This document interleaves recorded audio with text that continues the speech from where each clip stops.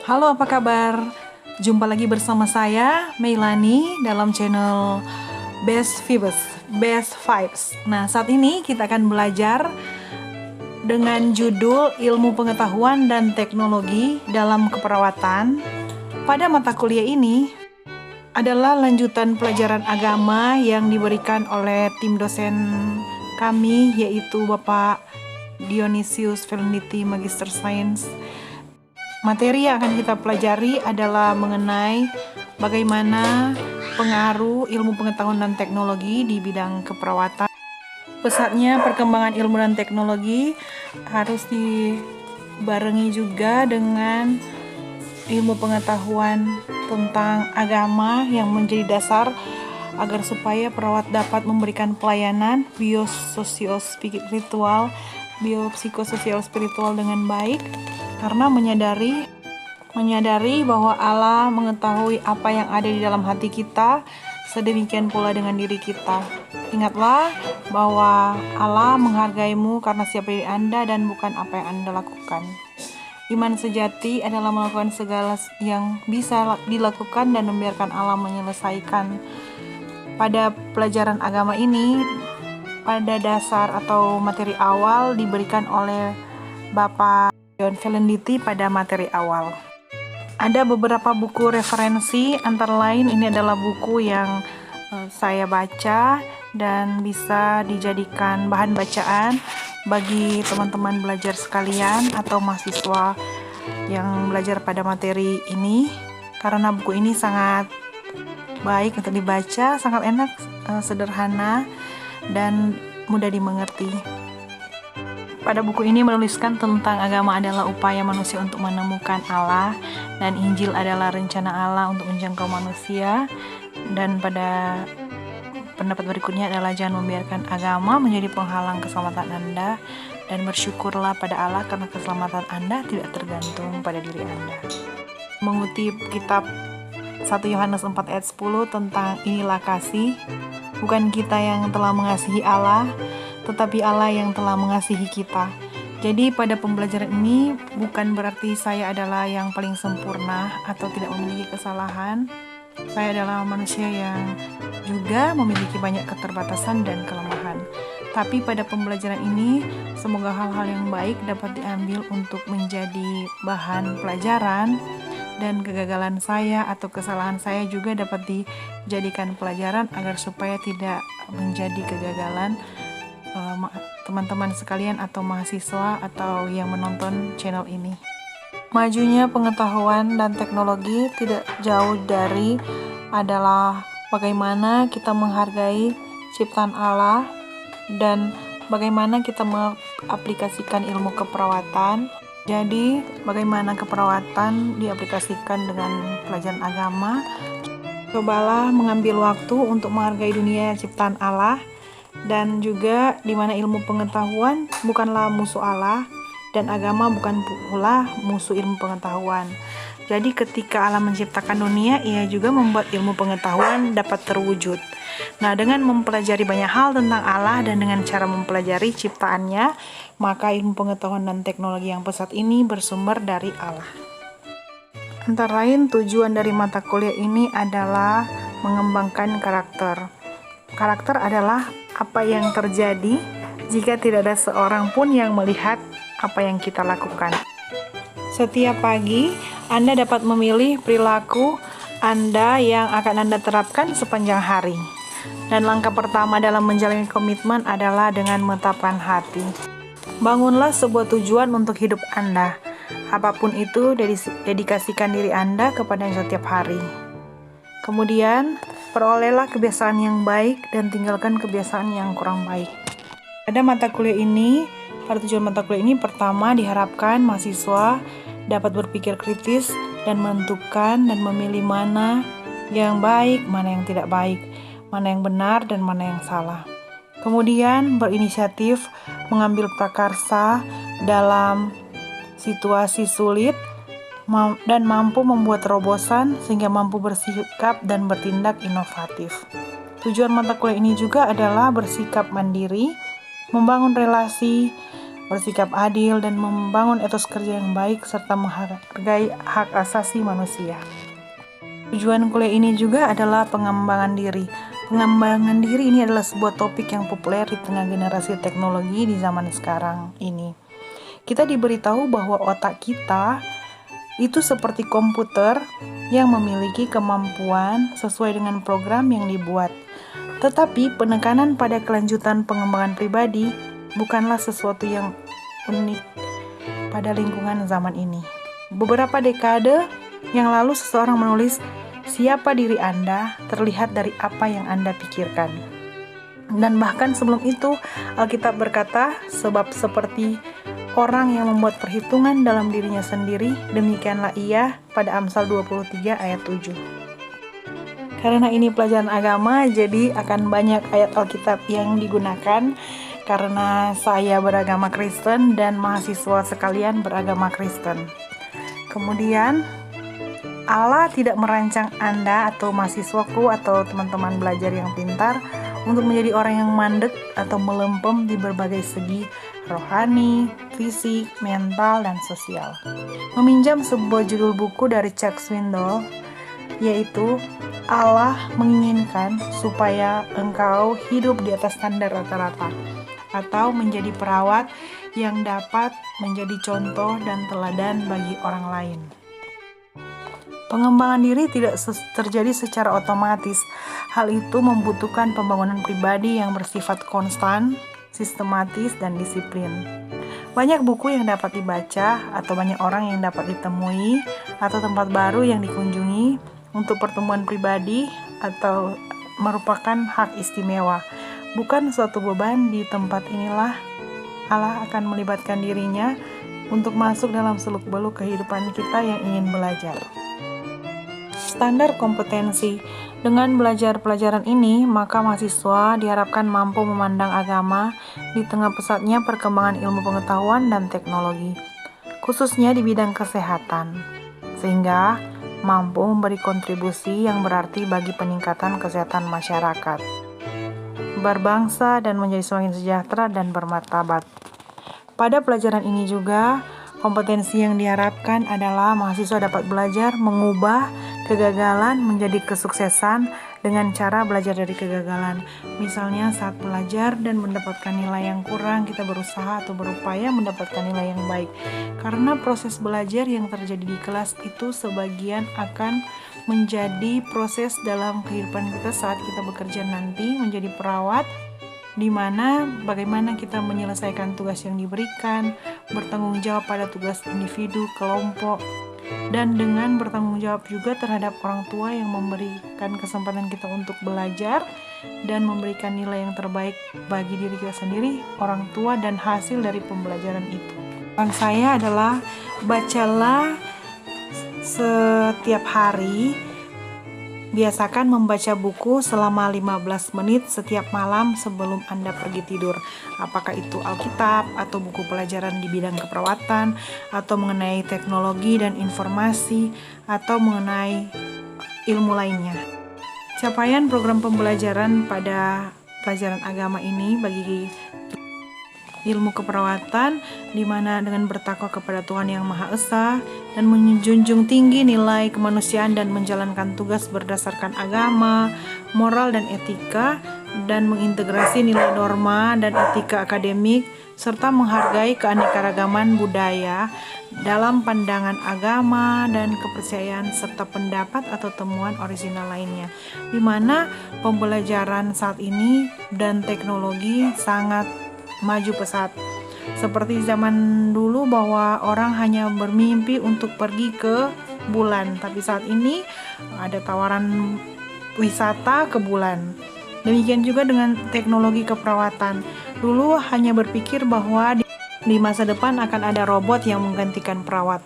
Pada saat ini sudah banyak artificial intelligence dan megadata serta robotik yang mengganti fungsi dan tugas perawat. Selain fungsi administrasi, merekam tentang status atau diagnosa penyakit dan bagaimana tindakan keperawatan atau apa yang akan menjadi komplikasi dan bagaimana cara pencegahannya, saat ini sudah ada juga robot yang bisa mengganti fungsi perawat, misalnya pada waktu pandemi COVID, jadi tidak kontak langsung dengan perawat, atau pada rumah sakit perawatan lansia yang sudah menggunakan teknologi robot atau digital. Hal yang dulu masih belum dapat dicapai, misalnya dengan mengkonsultasikan kepada perawat atau dokter dengan menggunakan teknologi, misalnya ada layanan kesehatan Halo Dokter. Mungkin ke depan perawat kita semua dapat menciptakan Halo Perawat atau perawatan kesehatan dengan teknologi yang sesuai dengan perkembangan zaman saat ini. Pada mata kuliah saya akan membahas tentang ilmu pengetahuan dan teknologi, tentang masyarakat pada pertemuan kedua, kemudian pertemuan ketiga budaya, pertemuan keempat politik, dan pertemuan kelima yaitu pendampingan pasien sakratul maut atau pendampingan pada pasien yang akan meninggal atau telah meninggal. Pada kesempatan ini kita akan membahas tentang ilmu pengetahuan dan teknologi pada pertemuan pertama dan tentang masyarakat serta budaya. Kemudian politik dan pendampingan pasien itu akan kita bahas lebih lanjut lagi pada video selanjutnya.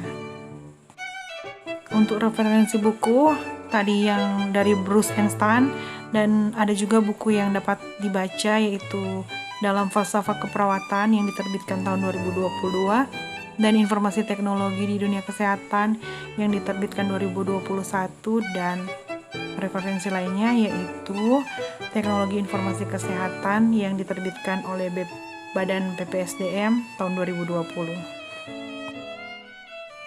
Apa pentingnya teknologi dalam keperawatan? Nah, IPTEK sendiri adalah ilmu yang mempelajari tentang perkembangan teknologi berdasarkan ilmu pengetahuan dalam perkembangan global. Ilmu pengetahuan dan teknologi berjalan beriringan membentuk sebuah kemajuan. Nah, informatika dalam keperawatan memberikan banyak manfaat untuk meningkatkan pelayanan kepada pasien dan membuat pelayanan keperawatan lebih bermakna, juga berfungsi untuk meningkatkan komunikasi serta menghemat waktu, biaya yang diperlukan bila tidak menggunakan teknologi informasi. Pentingnya teknologi dalam keperawatan dapat mempermudah penerimaan informasi. Misalnya, pasien berapa kali dirawat atau pasien ini datang dengan diagnosa apa dan bagaimana perjalanan kesehatannya. Kemudian mempermudah komunikasi antara perawat, tenaga kesehatan dengan provider lainnya, dan juga dengan perawat, pasien, dan keluarga pasien, sehingga memberikan kemudahan dan membantu pelayanan keperawatan lebih efektif dan efisien. Dengan demikian memudahkan untuk mendiagnosa lebih tepat, dan teknologi informasi juga ini dapat berupa pemeriksaan digital atau computerized. Misalnya dulu saat memeriksa patah tulang dengan ronsen X-ray, tapi sekarang bisa divisualisasikan dengan 4D atau gambaran visual 4 dimensi untuk menentukan diagnosa tersebut. Revolusi Industri 4.0 adalah yang dikenal juga dengan Cyber Physical System, atau sistem ini adalah sebuah fenomena di mana terjadi kolaborasi antara teknologi cyber dan teknologi otomatisasi. Dengan adanya revolusi itu sendiri membawa banyak perubahan pada semua sektor termasuk kesehatan dan keperawatan. Ada 5 teknologi yang menjadi pilar utama dalam pengembangan sebuah industri siap digital, yaitu Internet of Things. Saat ini semua dikerjakan dengan internet. Kemudian yang kedua yaitu Big Data, di mana kita bisa mengakses data besar dengan waktu cepat dan tanpa batas waktu dan batas tempat atau batas data yang dapat kita akses. Kemudian yang ketiga adalah Artificial Intelligence, yaitu kecerdasan artifisial, dan juga Cloud Computing atau tempat menyimpan data di cloud. Dan yang kelima yaitu Additive Manufacturing. Apa manfaat revolusi industri 4? bagi Indonesia adalah memiliki potensi untuk memberdayakan individu serta masyarakat, juga dapat menciptakan peluang baru bagi sosial, ekonomi, dan pengembangan diri.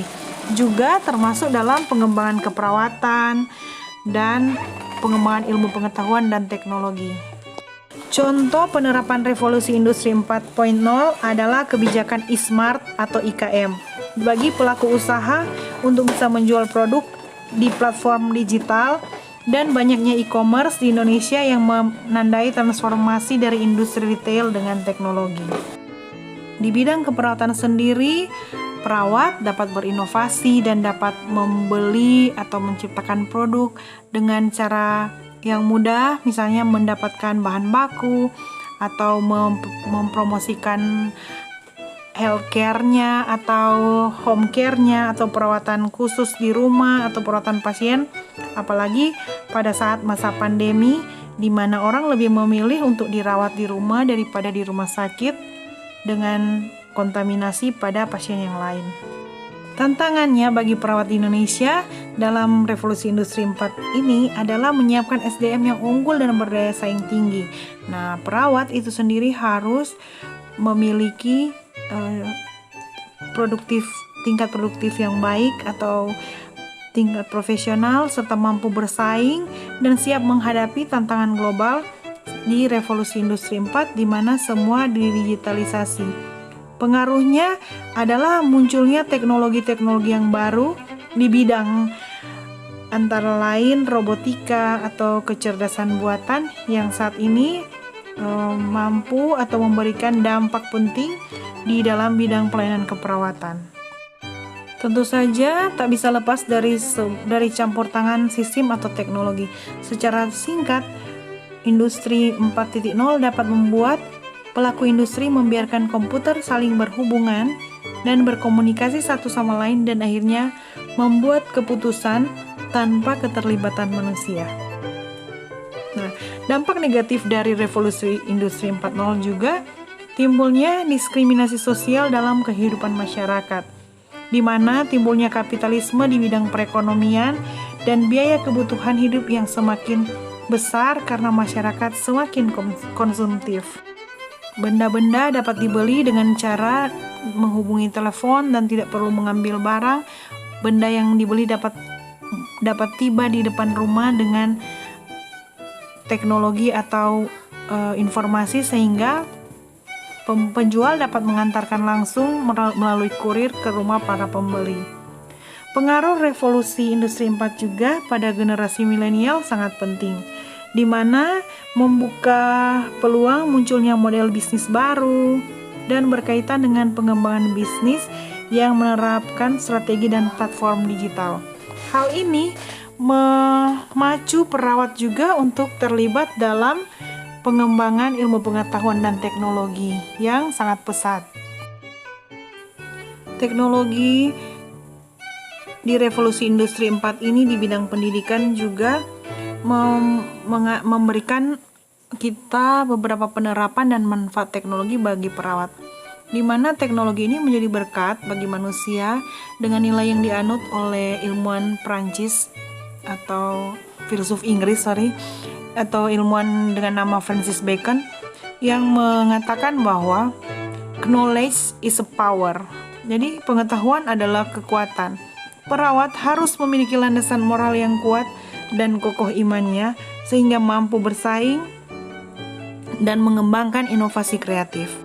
Pada revolusi industri ini juga dampak digital mempengaruhi di mana organisasi atau tenaga kerja menjadi lebih sedikit dan lebih terampil.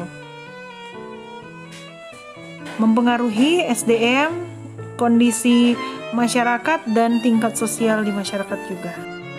Cara perawat menyikapi perubahan sekarang yang serba digital yaitu pertama adalah perawat harus mampu memberikan ilmu pengetahuan dan teknologi ini sebuah makna dengan tindakan, di mana mampu memanfaatkan kemajuan digital ini sebagai sarana untuk mengembangkan diri.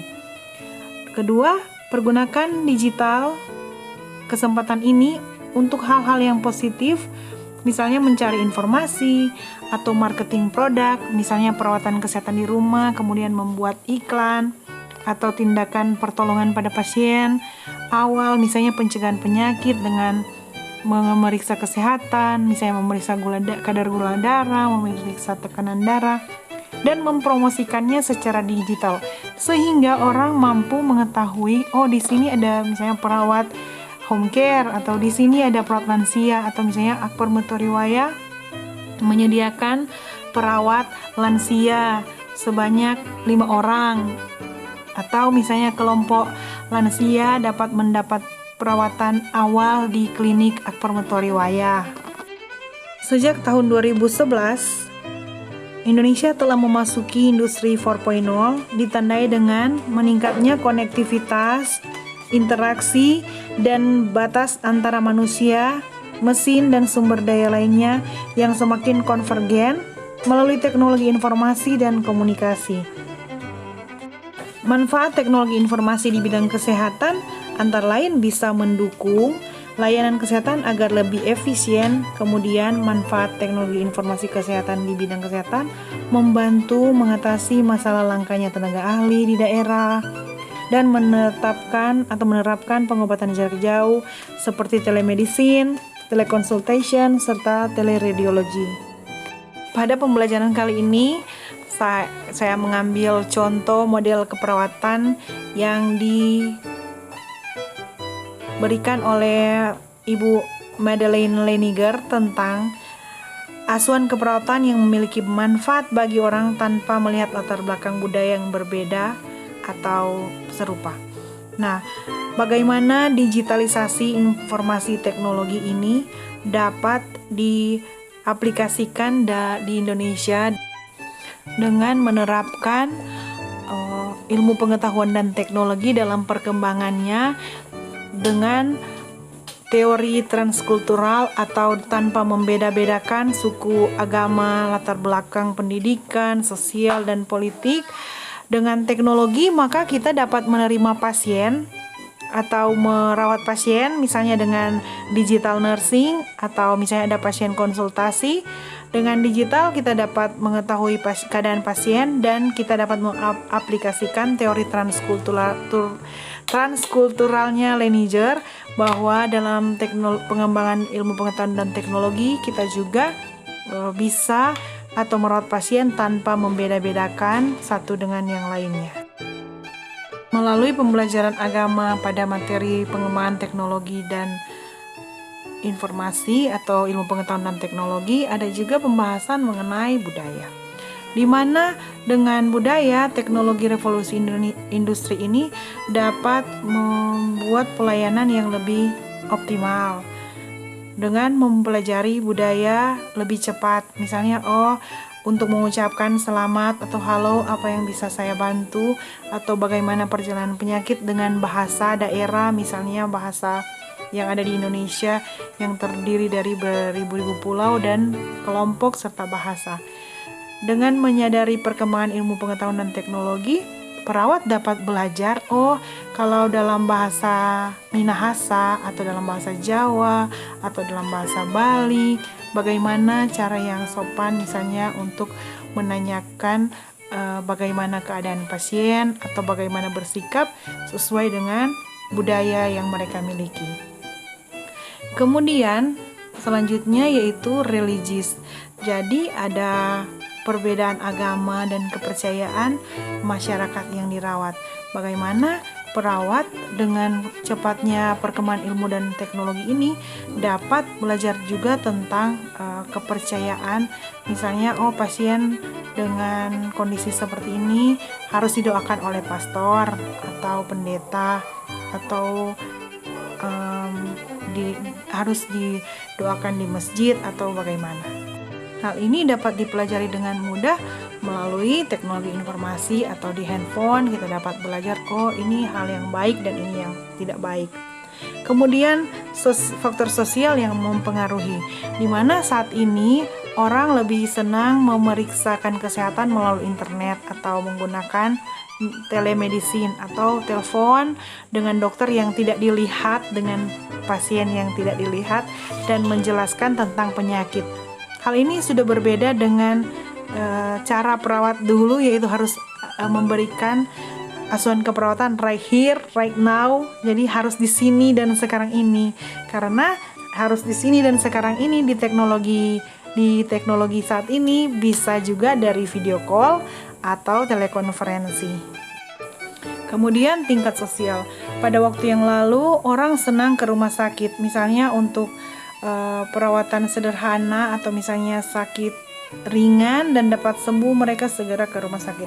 Tapi pada saat ini dengan adanya pandemi COVID dan social distancing, maka mempengaruhi juga orang untuk saat nanti sakit berat atau dengan keadaan umum yang kurang baik baru dibawa ke rumah sakit, dan pada saat masih bisa handle sendiri akan dirawat di rumah. Hal ini juga membutuhkan informasi, pengetahuan, dan teknologi.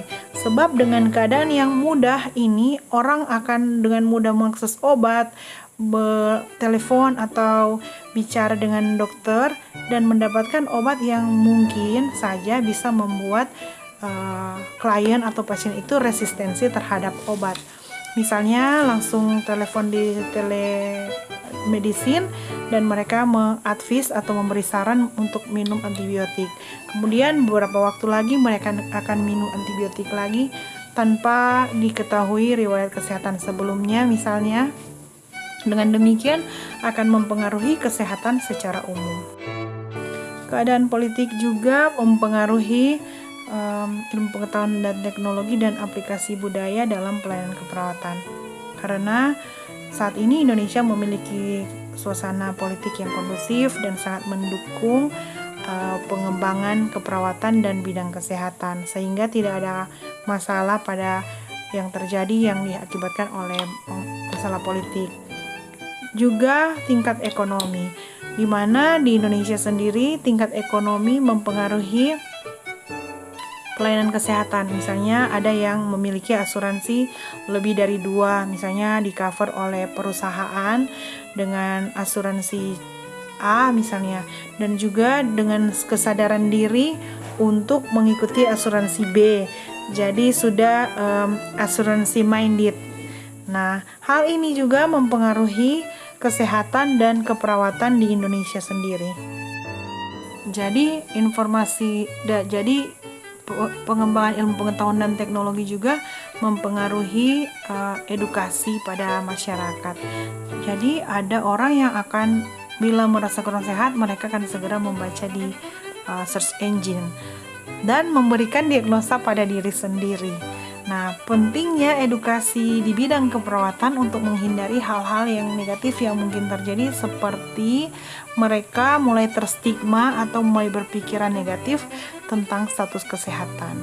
Misalnya ada pemikiran bahwa apakah saya sudah menderita penyakit A atau menderita penyakit B, padahal hanya karena membaca rubrik atau artikel yang ada di internet. Hal ini juga membuat orang semakin pintar dengan misalnya tidak minum obat sembarangan, karena saat mengakses search engine, tidak boleh minum obat sembarangan, maka akan terpola gaya hidup yang sehat ataupun terpola untuk memiliki gaya hidup yang sehat, misalnya dengan senam, dengan cara menonton YouTube tentang senam dan mengikutinya dibandingkan dengan membayar untuk berlangganan di tempat gym misalnya. Tahu sudah bosan gym di rumah dengan televisi, jadi ingin bergabung di kelompok gym yang ada yang terdekat dari rumah, atau kelompok senam sehat di dokter praktek atau di lapangan terdekat atau di mall. Dan yang terakhir yaitu mengenai suasana politik di Indonesia, maka di kontribusi agama dalam kehidupan berpolitik serta peran agama dalam mewujudkan kesatuan bangsa sangat penting, karena di Indonesia sendiri sangat kondusif dan perawat dapat mengembangkan ilmu pengetahuan dan teknologi dengan dukungan yang positif dari bidang politik. Demikian kuliah pada saat ini dan terima kasih atas perhatiannya. Jangan lupa bahagia, salam sehat selalu, sukses terus, dan jayalah mentua riwayah, majulah Indonesiaku. Jangan lupa like, subscribe, dan share channel ini, dukung terus channel ini. Terima kasih. Goodbye.